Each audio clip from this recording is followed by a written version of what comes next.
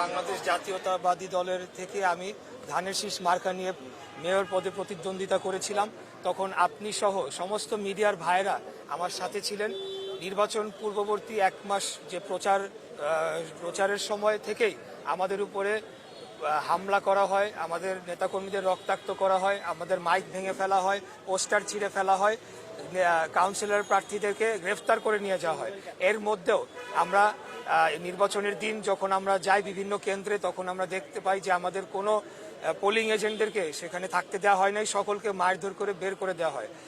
Polling vote কেন্দ্রগুলো বেশিরভাগই 9:30টার দিকে খোলে এবং 1-1.5 ঘন্টা ভোট গ্রহণের মতো হয়ে পরবর্তীতে সেগুলোকে বন্ধ করে দেওয়া হয়। আমিও বিভিন্ন কেন্দ্রে যে সেগুলোকে বন্ধ পাই এবং পরবর্তীতে ইভিএমে কারচুপি করে সেগুলো আমার ভোটকে যে 1.5 ঘন্টার মাধ্যমে আমি যে ভোট পেয়েছিলাম 2 লক্ষ সামথিং, সেটিকে ওভারকাম করার জন্য সারা দিনব্যাপী আপনার ইভিএম দিয়ে আপনার কারচুপি করা হয় এবং পরবর্তীতে 6:30টার দিকে ফলাফল ঘোষণার কথা থাকলেও সেটা হঠাৎ করে বন্ধ করে দিয়ে রাত 1:30টার সময় ফলাফল একতরফাভাবে ঘোষণা করা হয়।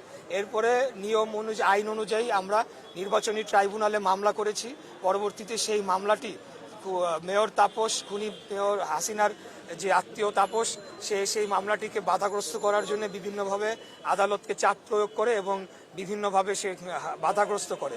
পরবর্তীতে 5 তারিখের পরে আমাদের সেই মামলাটি আবার পুনরুজ্জীবিত করা হয় এবং সকল সাক্ষী শুনানির শেষে আমরা আদালতের রায় আজকে পাই। তো আমি বলতে চাই যে আমার অনুভূতিটি হচ্ছে এই যে আমি ন্যায় বিচার পেয়েছি। এখানে ক্ষমতায় যাওয়া, মেয়র হওয়া, চেয়ার, এগুলা কোনো মুখ্য বিষয় না আমার কাছে, একদমই এটা না। আমার কাছে মুখ্য বিষয় হচ্ছে আজকে ন্যায় বিচার পেয়েছি। এই রায়ের ফলে আগামীতে যাতে কোনো নির্বাচনে কেউ কারচুপি না করে এবং অবৈধভাবে গিয়ে চেয়ার দখল না করে, সেই ধারাটি যাতে ভাঙে এবং আমরা আগামী দিনে সম্পূর্ণ একটি গণতান্ত্রিক এবং সুনির্বাচনের মাধ্যমে একটি জনগণের সরকার প্রতিষ্ঠা করতে পারি, সেটি ধারাটা অব্যাহত থাকুক, সেটি আমি কামনা করছি। ইশাক ভাই, আপনি বলছিলেন যে কারচুপির অভিযোগ এনেছেন, যে সেই কারণে আবার হামলার ঘটনার কথা বলেছেন। সেখানে কিন্তু সময় টেলিভিশনের একজন ক্যামেরা পার্সন আমি সঙ্গে ছিলাম, আশরাফুল ইসলাম, তিনি কিন্তু আহত হয়েছিলেন, তাকে কিন্তু রক্তাক্ত হতে হয়েছিল সেই হামলার ঘটনায়, সেটি কিন্তু আমরা সাক্ষী ছিলাম। কিন্তু তারপরে যখন আপনি নির্বাচিত হলেন না, আপনাকে জনতার মেয়র উপাধি দেওয়া হলো, আপনি সেই কাঙ্ক্ষিত লক্ষ্যে পৌঁছতে পারলেন। আপনি কি জনতার মেয়র হিসেবে থাকতে পারবেন? যদি মেয়র নির্বাচিত হয়েছে, যেহেতু শপথ নিলে আপনি কি এই দক্ষিণ সিটি কর্পোরেশনের যে মানুষজন আছে, নাগরিক আছে, তাদের জন্য কাজ করতে পারবেন? সেই তার প্রত্যয় কি ব্যক্ত করবেন?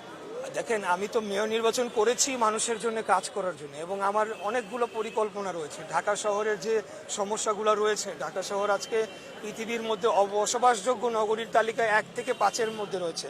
আমাদের এখানে যানজট, আপনার air pollution, noise pollution, waste management সহ এবং অতি বসতিপূর্ণ হওয়ার ফলে এবং অপরিকল্পিত নগরায়নের ফলে যে সকল সমস্যা রয়েছে, সেগুলোকে সমাধান করার জন্যই তো আমি মেয়র নির্বাচন করেছি।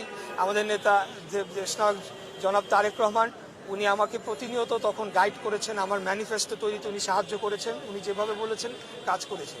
এবং আমাদের সিনিয়র নেতৃবৃন্দ আমার পাশে, আমার অত্যন্ত শ্রদ্ধেয় আমার চাচা জনাব রুহুল কবির রিজভী আহমেদ রয়েছেন, ওনারা যেভাবে আমাকে সমর্থন দিয়েছেন, সেটা তো জনগণের জন্য কাজ করার জন্য। হ্যাঁ, এখন আমি শপথ নিব কি নিব না, এটা হলো সম্পূর্ণ দলীয় সিদ্ধান্ত, যেটা আমি ইতিপূর্বে বলে এসেছি।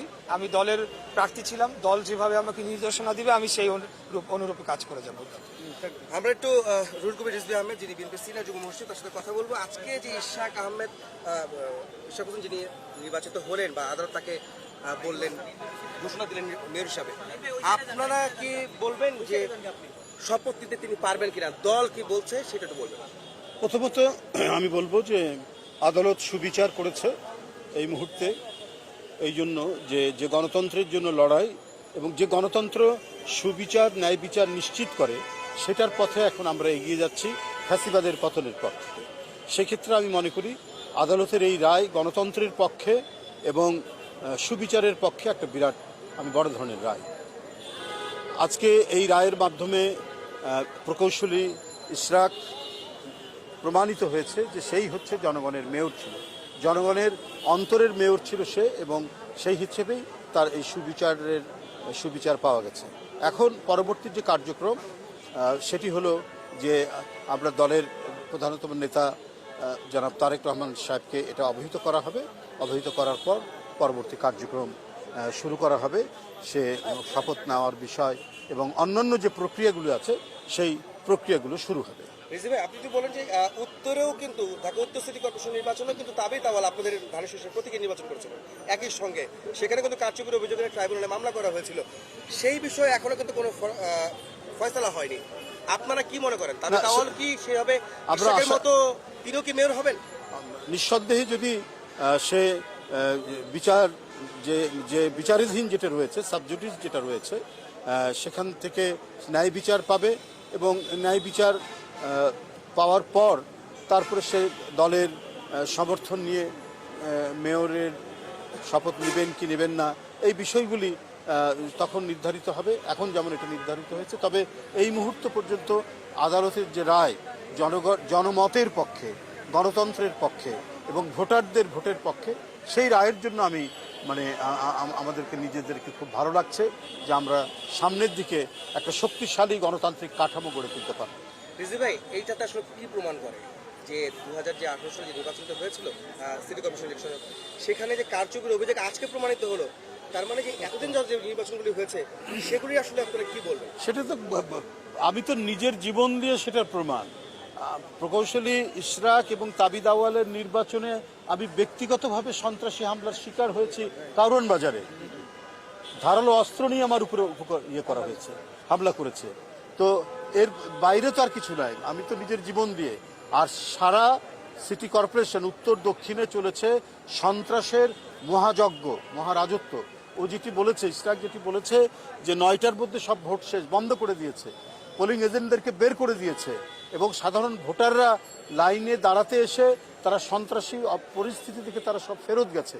এইটা শেখ হাসিনার ফ্যাসিবাদী যে নির্বাচন, হাসিনা মার্কা যে নির্বাচন, সেই নির্বাচনের একটা উৎকৃষ্ট দৃষ্টান্ত হচ্ছে সেই সিটি কর্পোরেশন নির্বাচন।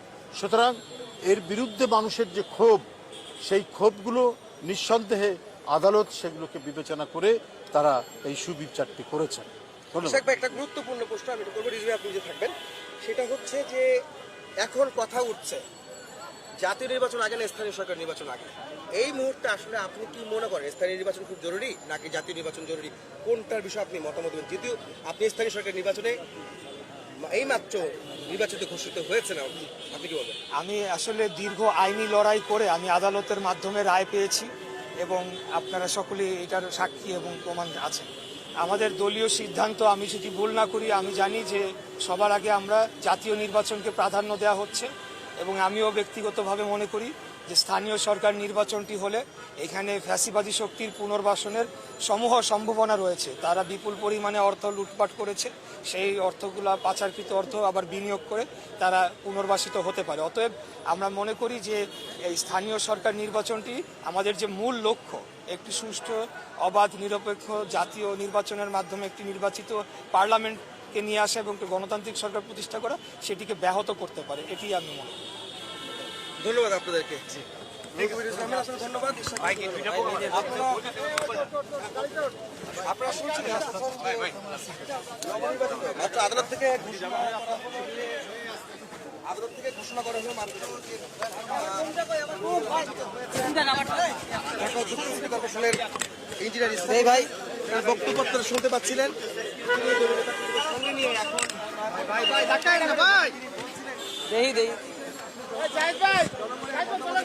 লাভলু ভাই ধরেন বুমটা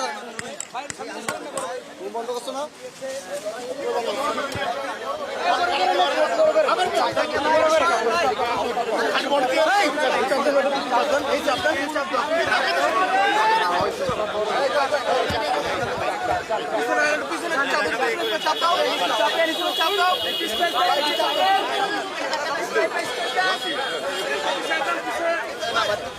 ভাই ভাই ভাই ভাই